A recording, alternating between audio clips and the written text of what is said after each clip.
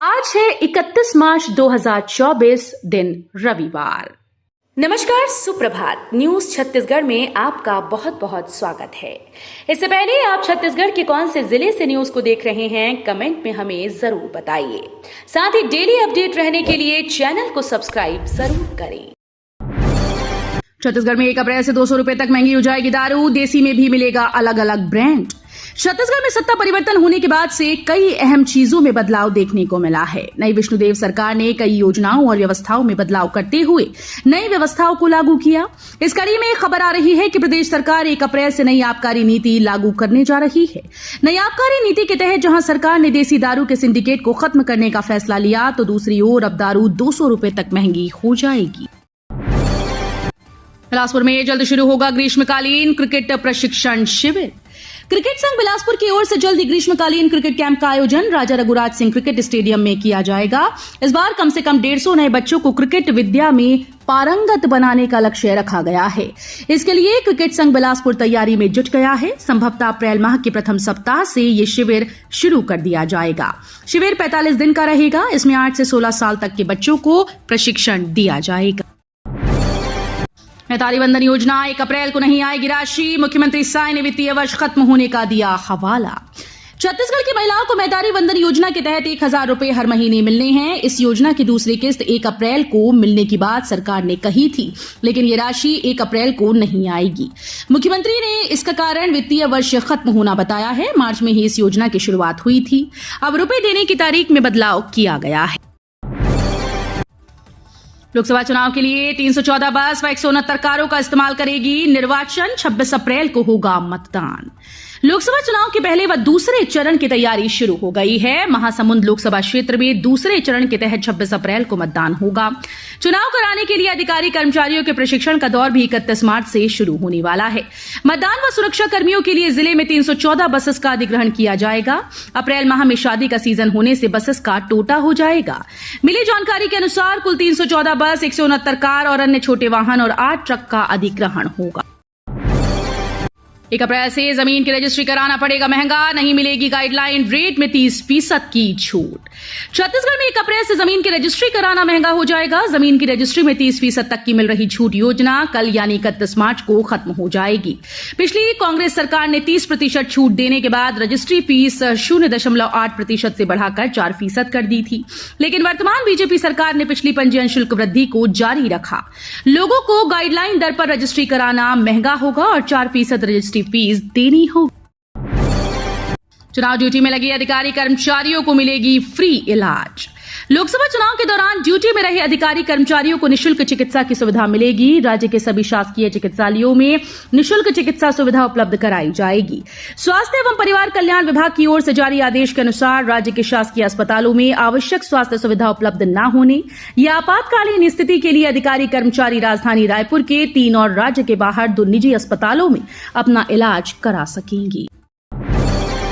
बीजापुर में नक्सली बंद का दिखा असर। गांव और शहर रहे बंद। छत्तीसगढ़ के बीजापुर जिले में शनिवार को नक्सलियों के बंद का व्यापक असर देखने को मिला। बीजापुर जिला मुख्यालय, भोपालपट्टनम, आवपल्ली समेत ग्रामीण क्षेत्रों की दुकानें बंद रहीं।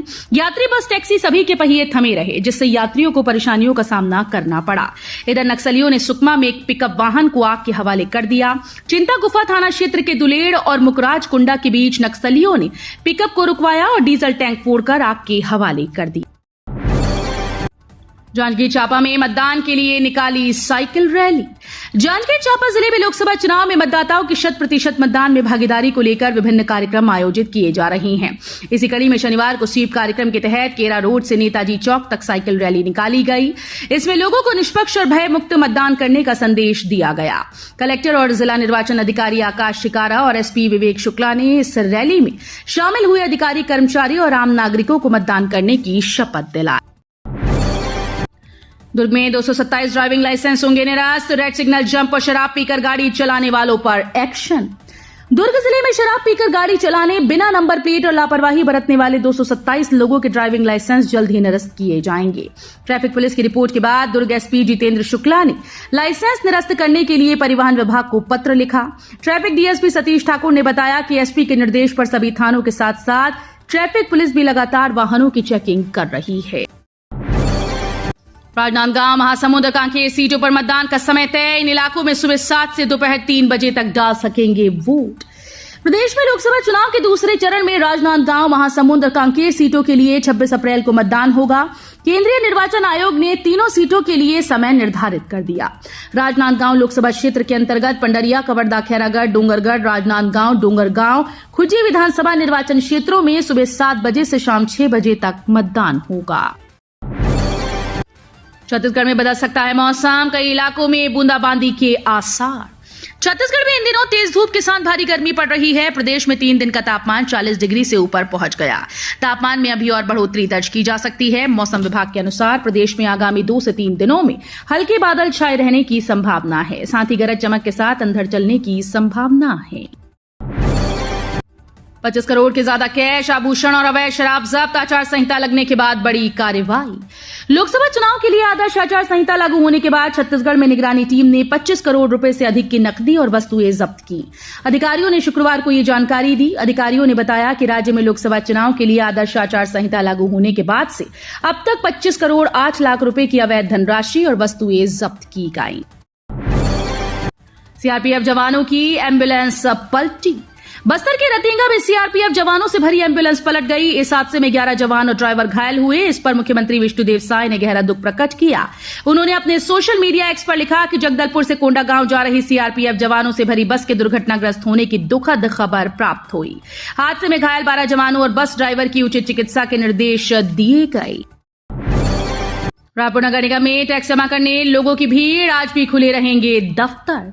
वित्तीय वर्ष के अंतिम दिनों में रायपुर नगर निगम के सभी जोन दफ्तर कार्यालय में टैक्स जमा करने वालों की भीड़ लगी हुई है। सुबह से ही लोग टैक्स चुकाने के लिए जोन ऑफिस में पहुंचे हैं। शनिवार और रविवार को सरकारी दफ्तरों में छुट्टी रहती है, लेकिन लोगों की सुविधा के लिए ऐसे सरकारी दफ्तर जहां टैक्स जमा होने हैं वे सभी आज खुले हुए हैं। आज रविवार को लोगों की सुविधा के लिए ऑफिस खुले रहेंगी। इंडियन ऑयल डिपो परिसर के पास लगी आग, दमकल ने पाया काबू। इंडियन ऑयल में उस समय हड़कंप मच गया जब इंडियन ऑयल और गैस डिपो के महज कुछ ही दूरी पर स्थित झाड़ियों में भीषण आग लग गई, जो देखते ही देखते तेजी से फैलने लगी। इससे लोगों में दहशत का माहौल व्याप्त हो गया। स्थानीय लोगों की सूचना पर दर्री थाना पुलिस और अग्निशमन विभाग स्थल पर पहुंचे और आनन फानन में आग पर काबू पाया। इससे बड़ी दुर्घटना होने से टल गई। मौके पर पहुंचे दर्री थाने के सिपाही निराला ने बताया कि स्थानीय लोगों से सूचना प्राप्त हुई थी।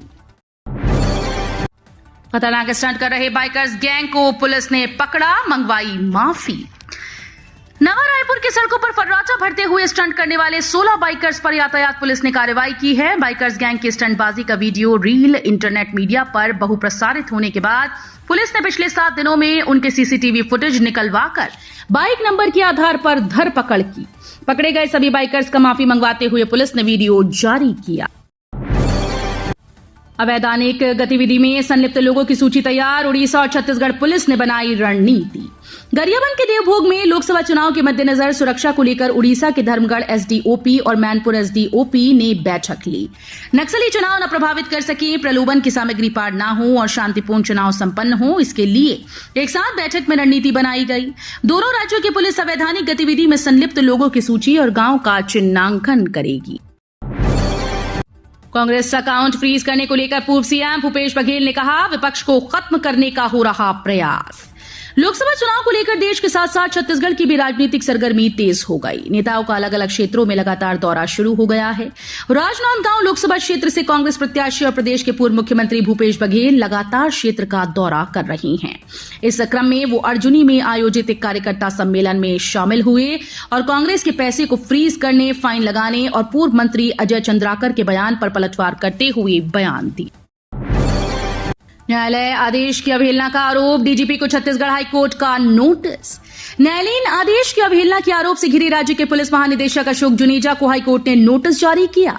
नाराज कोर्ट ने कहा कि नोटिस मिलने के बाद तत्काल कोर्ट के समक्ष जवाब पेश किया जाए। स्थानांतरण से संबंधित एक याचिका पर सुनवाई के बाद कोर्ट ने डीजीपी को नोटिस जारी कर 2 महीने के भीतर याचिकाकर्ता के अभ्यावेदन का निराकरण करने का निर्देश दिया। सीएम साय ने कंदुल में घर घर लगाया भाजपा का झंडा, कांग्रेस पर जमकर बरसे। छत्तीसगढ़ के मुख्यमंत्री विष्णुदेव साय ने रायपुर के ग्राम पंचायत कांदुल में भाजपा के राष्ट्रव्यापी कार्यक्रम विजय बूथ अभियान का शुभारंभ किया। इस दौरान उन्होंने भाजपा कार्यकर्ताओं को संबोधित किया है। इसके साथ ही कांग्रेस पार्टी पर जमकर निशाना साधा। इस दौरान सीएम साय ने कांग्रेस पर आरोप लगाते हुए कहा कि कांग्रेस की लबरा सरकार ने जनता से 36 वादा करके एक भी वादा ठीक से पूरा नहीं किया। 4 लेन रोड निर्माण की योजना में लेट लतीफी। बिलासपुर में सड़क किनारे बनेंगे वाटर स्पोर्ट्स। बिलासपुर में इंदिरा सेतु से शनिचरी रपटा तक करपा के दोनों किनारे 4 लेन रोड निर्माण की योजना लेट लतीफी की भेंट चढ़ गई। बिलासपुर स्मार्ट सिटी प्रबंधन ने प्रोजेक्ट को जल्दी पूरा करने के लिए प्रथम चरण में इंदिरा सेतु से पुराने पुल तक नदी के दोनों किनारे 600 मीटर रोड निर्माण का टारगेट रखा है। सबसे पहले तिलक नगर के हिस्से की रोड शुरू की जाएगी। इसके लिए ठेका company Ganpati infrastructure private limited को 30 दिनों का समय दिया गया है। भाजपा ने मनाया बूथ विजय संकल्प दिवस। दोरनापाल के अलग अलग इलाकों में बांधा गया पार्टी का झंडा। सुकमा जिले के दोरनापाल में भाजपा कार्यकर्ताओं ने झंडा बांधकर बूथ विजय संकल्प दिवस मनाया। सुकमा के भाजपा जिलाध्यक्ष धनीराम बारसे के मार्गदर्शन में भाजपा कार्यकर्ताओं ने दोरनापाल नगर पंचायत और दोरनापाल मंडल के सभी शक्ति केंद्रों में पार्टी का झंडा बांधा। स्वामी विवेकानंद तकनीकी विश्वविद्यालय के यूटीडी में शुरू होगी सिविल इंजीनियरिंग की पढ़ाई।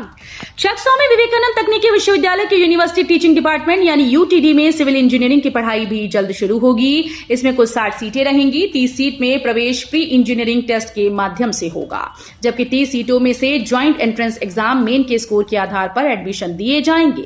इसके अलावा अगले सत्र से इस कैंपस में बी फार्मेसी की पढ़ाई होगी। इसे लेकर विश्वविद्यालय से तैयारी की जा रही है।